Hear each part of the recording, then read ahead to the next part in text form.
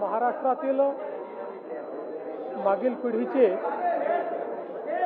एक अतिशय जाणते नेते म्हणून ज्यांच्याकडे पाहिलं जायचं असे डी.वाय. पाटील दादा यांचा दुःखद निधन झालं। आपल्या सर्वांनाच कल्पना आहे की राजकारण, सहकार, शिक्षण, उद्योग या प्रत्येक क्षेत्रात अतिशय गुणात्मक कार्य हे डी.वाय. दादांनी उभं केलं आणि विशेषतः समाजातल्या प्रत्येक व्यक्तीला न्याय मिळावा अशा पद्धतीनं त्यांचं कार्य होतं। एक प्रदीर्घ अशी राजकीय कारकीर्द देखील त्यांची होती। नगरसेवक, आमदार इथपासनं तर बंगाल, बिहार आणि त्रिपुरा या राज्याचे राज्यपाल म्हणून देखील त्यांनी कार्य केलं। आपल्या विविध संस्थांच्या माध्यमातून एक मोठं शिक्षण क्षेत्रातलं साम्राज्य त्यांनी उभं केलं। सहकार क्षेत्रात अतिशय उत्तम काम केलं, उद्योग क्षेत्रात काम केलं आणि सगळ्यात महत्त्वाचं अजातशत्रू अशा पद्धतीचं त्यांचं व्यक्तिमत्व होतं। समाजातल्या सर्व लोकांशी, सर्व पक्षाच्या लोकांशी, सर्व विचारांच्या लोकांशी अतिशय सलोख्याचे त्यांचे संबंध होते। मला देखील अगदी जवळून त्यांच्याशी संपर्क ठेवता आला आणि निश्चितपणे त्यांचं जे व्यक्तिमत्व होतं ते अगदी हवंहवंसं वाटणार अशा प्रकारचं व्यक्तिमत्व होतं। त्यांच्या जाण्यामुळे निश्चितपणे जुन्या पिढीतला एक जाणता नेता, एक द्रष्टा नेता आपल्यातनं निघून गेलेला आहे। मी त्यांना विनम्र श्रद्धांजली अर्पण करतो।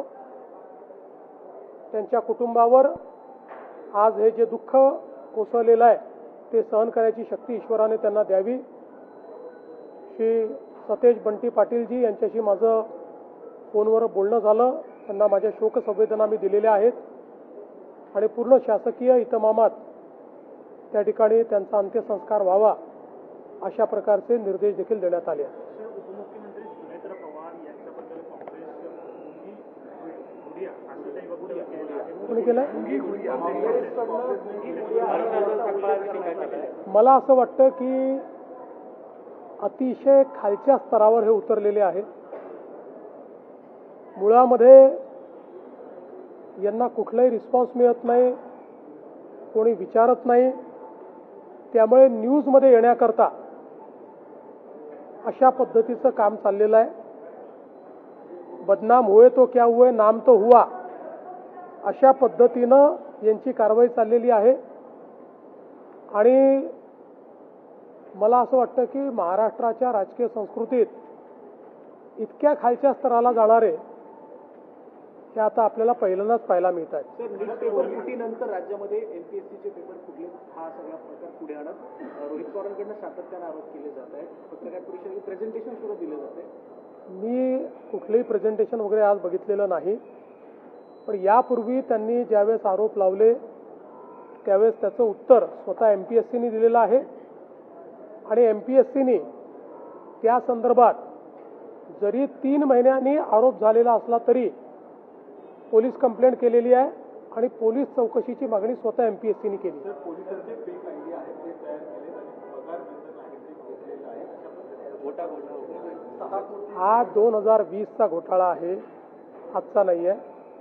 2020 सालचा घोटाळा आहे, त्याच्यावर कारवाई चाललेली आहे आणि सगळ्या ज्यांनी घोटाळा केला त्यांना त्या ठिकाणी निश्चितपणे कारवाई झालेली आहे आणि होते।